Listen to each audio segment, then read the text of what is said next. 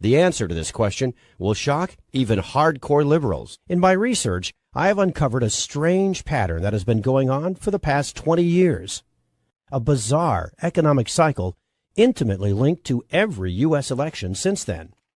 Right now, I will show you the hard facts that led me to this conclusion in plain and simple English, so that by the end of this video, you can make your own choice and be better prepared for what's to come. But to understand how this bizarre pattern works, we need to take a short look back at 1999. When the ball drops on the year 2000, it will be a momentous event for the world and for the U.S. economy, which is closing in on its longest expansion ever. The decade has been marked by strong growth, the lowest unemployment in a generation, and yet remarkably little inflation. It seemed like a totally different America than the one we are living in today. The stock market was booming thanks to the internet companies, affectionately called the dot-coms. For many Americans, investing in the internet companies seemed like the quickest way to become rich. More and more people put their savings into the stock market, driving it higher and higher. They gambled their money on the hope that they could sell those stocks for 2 to 3 times their value. And everybody was praising the Clinton administration for creating the biggest economic growth in U.S. history. For a time, it worked. To many, it seemed like the party would never end. Even the chairman of the Federal Reserve, Alan Greenspan, said, "Technology is creating a new economy, one where the old rules no longer applied." The Fed was so confident that in February 2000, it began raising the interest rates to their highest level since 1995. At the same time, bad economic data started to come in. The previous holiday season that was supposed to bring big profits to internet-based companies was a major disappointment. And it was not just online shopping. Ordinary Americans bought less, and consumption was dropping.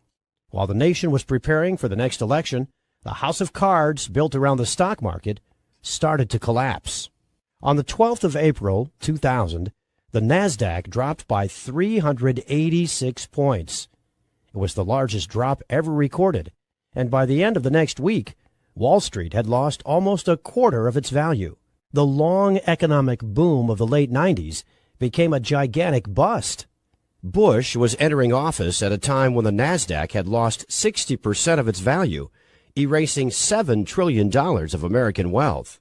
Clinton's economy grew on the back of the dot-com bubble, and now everybody was looking to Bush to get the economy going again. But before going any further, let's take a short step back and see what we can learn from this.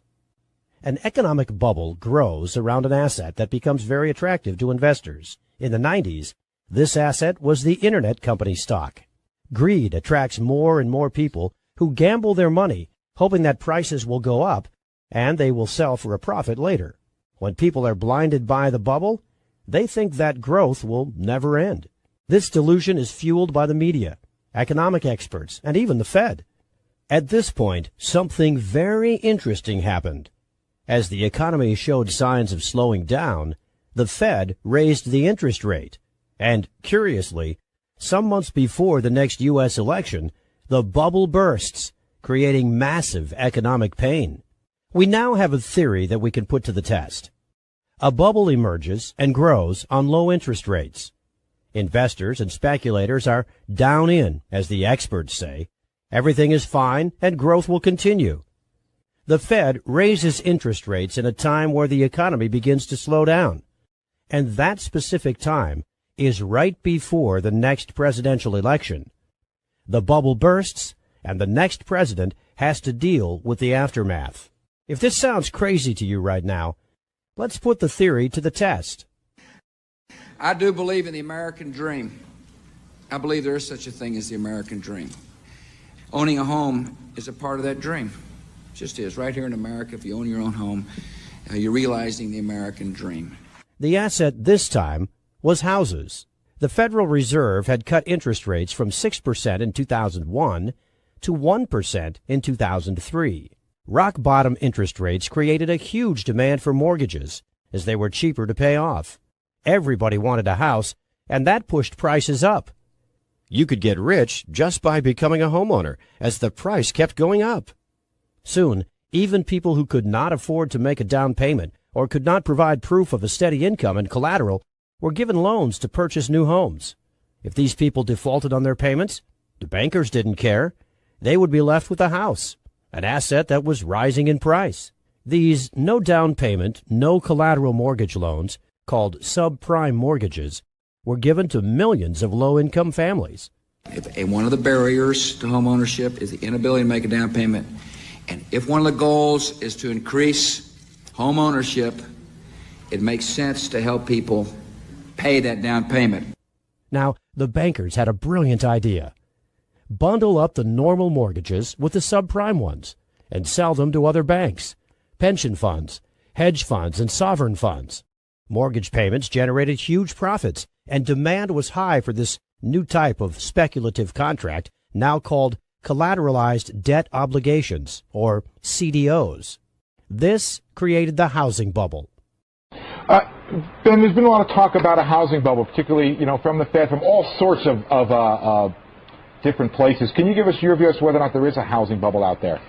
Well, unquestionably, housing prices are up quite a bit. I think it's important to note that fundamentals are also very strong. We've got a growing economy, jobs, incomes. We've got very low mortgage rates. The experts appeared all over mainstream news, assuring everyone that housing was not a bubble. Wealth has risen dramatically. The United States economy has never been in better shape. There is no tax increase coming in the next couple of years. Monetary policy is spectacular. The Federal Reserve now started to increase interest rates. By 2007, the interest rates had reached 5.25%, and many families with subprime mortgages could not afford to make the monthly payments, and their homes were foreclosed. As more and more houses went up for sale, the prices started dropping. Consumption plummeted. A new crisis had begun, and it would reach its peak in fall 2008, right before the elections. House prices tanked. Banks and other investment funds found that their bulletproof, high-profit CDOs became worthless. No one wanted to buy CDOs or houses anymore. It was a financial bloodbath. The banking giant, Lehman Brothers, had bet on mortgages and was left holding assets nobody wanted anymore. On the 15th of September, it filed for bankruptcy. During November 2008, Americans lost more than a quarter of their collective net worth. U.S. stocks were down by 45% from its 2007 high. Housing prices had dropped 20% from their 2006 peak. Total U.S. household wealth went down by $14 trillion. Through the banking giant Citicorp, Bank of America, J.P. Morgan, and Goldman Sachs, the big traders of CDOs, the crisis had spread to the world. And now, stocks and property values plummeted everywhere. The economy of the world entered a deep recession. All this happened as our nation was preparing to choose its 44th president. The housing bubble burst 2 months before the election. So how does our theory stand? We had a new housing and subprime mortgage bubble created by low interest rates. Many Americans thought housing was a secure investment. The banks gambled huge sums of money on CDOs. The experts, again, said everything was fine. The economy started to weaken in late 2007 as the Fed was increasing the interest rates. The bubble violently burst just as Americans were preparing to vote for the 44th president of the United States. Everything that happened in 2000 happened again in 2008. The bubble burst in the year of the elections. Only this time, it was bigger, and the damage was global and massive. The theory is proven correct again. There's an election coming this November. Will there be another economic crisis? Let's go through our checklist again. In December 2015, the Fed started to increase interest rates. For the past 5 years, the rate has been close to 0%. The economy is already showing signs of slowing down. Right now, the Bloomberg Commodity Index hit a 16-year low. The last time this happened was August 2008. Commodities represent all the goods being traded around the world. Everything from oil to coffee, sugar, steel, and copper. When their price slumps, it signals a slowdown in the world economy. Oil is reaching its 2008 low point. The last time the price of oil was this low, the global financial system was melting down. And this time, it will hit the U.S. economy much harder because of the shale miracle. CNBC's Jim Cramer is warning that many U.S. oil companies will become bankrupt if the price of oil remains this low. The price of copper, too, has plunged all the way down to $2. The last time it was this low was just before the stock market crash of 2008. Consumption is slowing down. U.S. imports of goods declined by 6.6% on a year-over-year basis. U.S. exports of goods declined by 10.4% on a year-over-year basis. 2015 was the worst year for holiday spending since 2008. U.S. manufacturing is contracting at the fastest pace that we have seen since the last recession. If just one or two of these indicators were flashing red, that would be bad enough. The fact that all of them seem to be saying the exact same thing tells us that big trouble is ahead. So, what are the experts saying? What do you see right now? Actually, the economy is fundamentally strong. Housing is booming. Technology is booming. Commercial real estate's booming.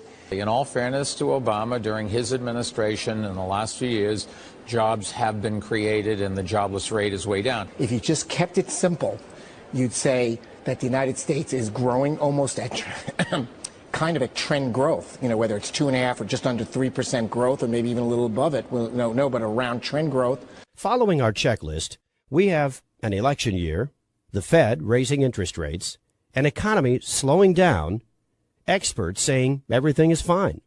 The only thing that's missing is the bubble that Trump warned will burst before the November elections. Does he know something we don't? The word bubble, remember the word bubble. You heard it here first. I mean, I don't want to sound rude, but I hope if it explodes, it's going to be now rather than 2 months into another administration. Well, to understand exactly what a bubble is, we need to look back at the dot-com and the mortgage CDO bubbles. In both cases, people thought that they had something that would never stop growing, something too big to fail. In both cases, stocks and housing attracted huge sums of money, driving their prices way beyond the actual value. This is just like gambling. Buyers get the asset, hoping they will sell it in the future for a profit. When the bubble bursts, those who are left with the asset suffer huge losses. Right now, I must ask you to give me your full attention. The following 5 minutes will be shocking and a little bit tricky to understand. And I hope you're sitting down for this. My prediction for 2016 is that we will see a banking collapse that will make the 2008 crisis look like a Sunday afternoon picnic. This coming crash will wipe out the entire U.S. financial sector and take with it savings, deposits, retirement funds, pensions. It'll be nothing short of a financial bloodbath. How can this be possible? Well, remember how bubbles are created when something seems to grow indefinitely? The delusion is that something is too big to fail. But the bigger the bubble becomes, the faster it fails. Right now, people think big banks can't fail because of their size and importance in the world economy. It is as blatant as their name suggests. How did we get here? On September 18, 2008, Hank Paulson, the U.S. Secretary of the Treasury, told members of Congress that $5.5 trillion in wealth would disappear by 2 p.m. that day unless the government took immediate action. What took place next was undoubtedly the biggest blackmail in history. The threat, keep the big banks alive, or else the economy implodes and depositors lose their money. In December 2008, the first of many financial stability measures was put into place. The Fed's mission from now on was to keep the big banks alive no matter what. Economists calculated that the total cost of the various measures put into place to accommodate big banks was in excess of $20 trillion up to this year.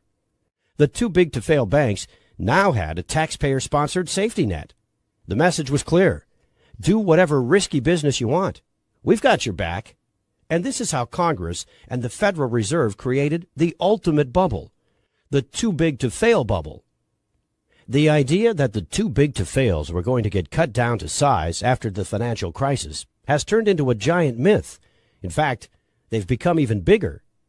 J.P. Morgan Chase, number one among banks in total assets, has seen its base swell to more than $2.5 trillion. The company's deposit base alone has grown by 29% since the end of 2008. The so-called Big Four institutions, J.P. Morgan, Bank of America, Citigroup, and Wells Fargo, continue to distance themselves from the pack, with some $8.2 trillion in total assets. That's 154% more than the rest of the top 50 banks combined. Unfortunately, the old saying, the bigger they are, the harder they fall, will prove correct. And when they collapse, the result will be nothing short of catastrophic for the world economy.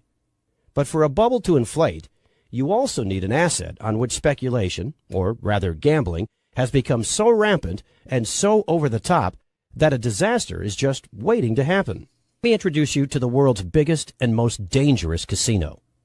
It's called the derivatives market.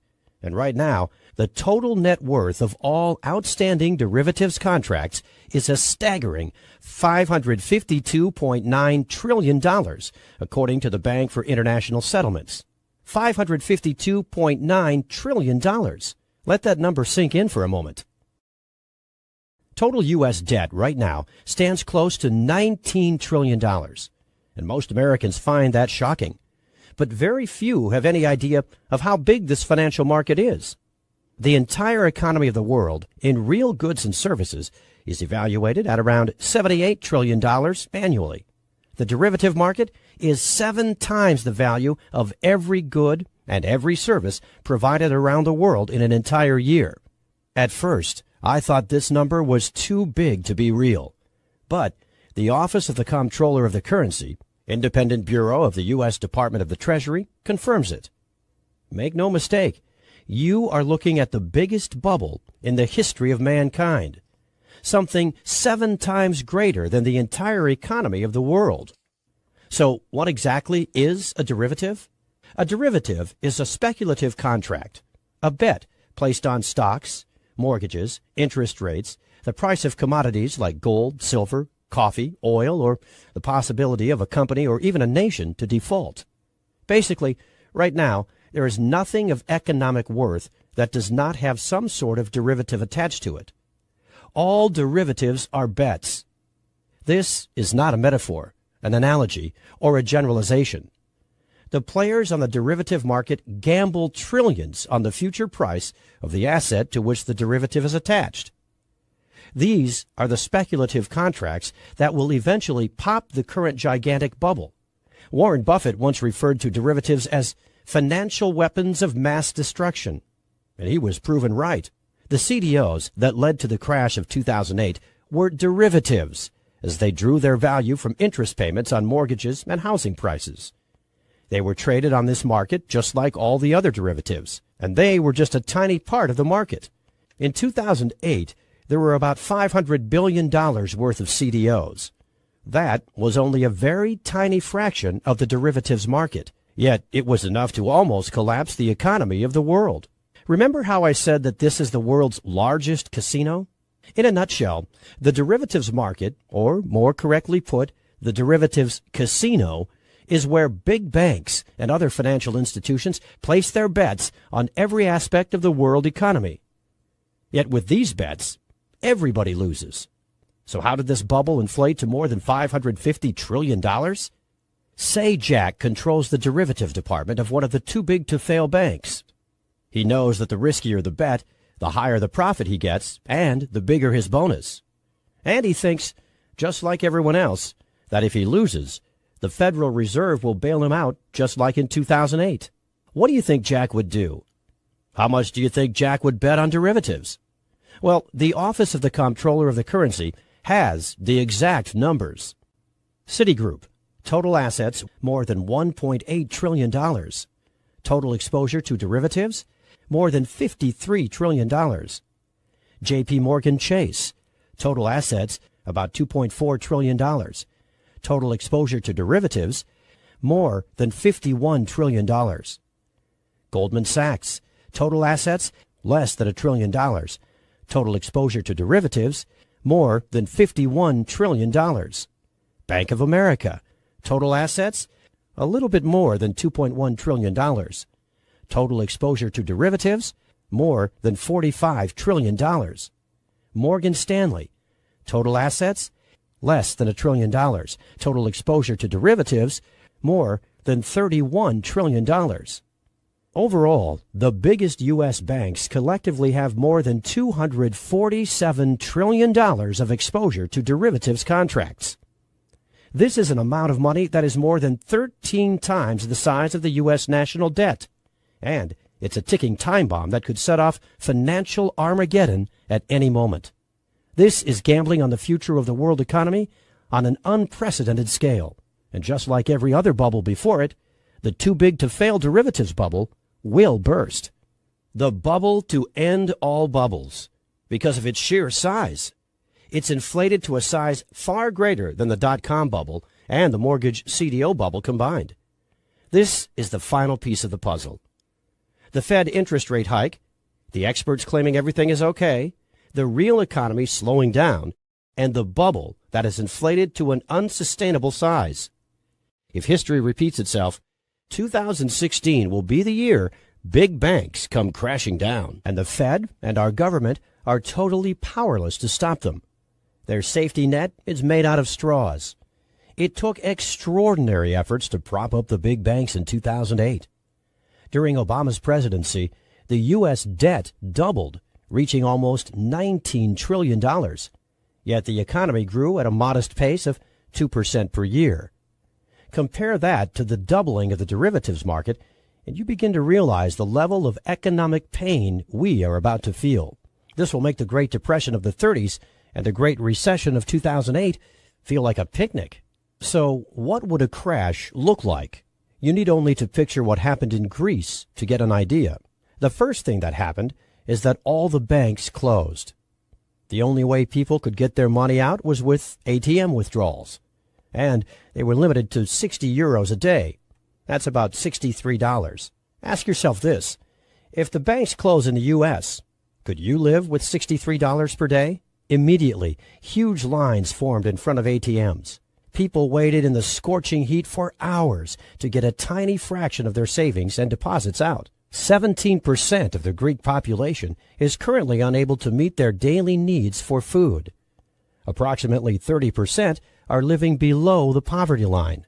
The official unemployment rate is 27%, 52% of under 25s. In Athens, Greece's capital, one of these is 53-year-old Athenian Vasilis Dimopoulos, who used to earn up to 3,000 euros per month until his employer folded in 2008. I sold my home in 2007, though the small profit I made is now gone. I was on the streets for 6 months, he said. Now, Dimopoulos lives in a Red Cross hostel selling Athens street paper, Shadia. Dionysia Michalidou, retiree. I have no insurance. I have no pension. I have nothing. Since the crisis, suicides have increased by roughly 50%. Emmy Christoulis, daughter of suicide victim. If one Greek was to take up a Kalashnikov, I would be the second. I find no other solution than that of a dignified exit before I begin searching through the garbage for my food. I believe that one day, because the younger generation has no future, they will take up arms and hang the traitors of the nation. Keep in mind that Greece received bailouts in 2015, and yet this is the situation there. Who will be able to bail out the world's largest economy? No one. The crisis brought by the collapse of the too-big-to-fail banks will be global, and it will dwarf anything the world has ever seen. Personally, I expect that everything that happened in Greece will happen in the U.S., but on a much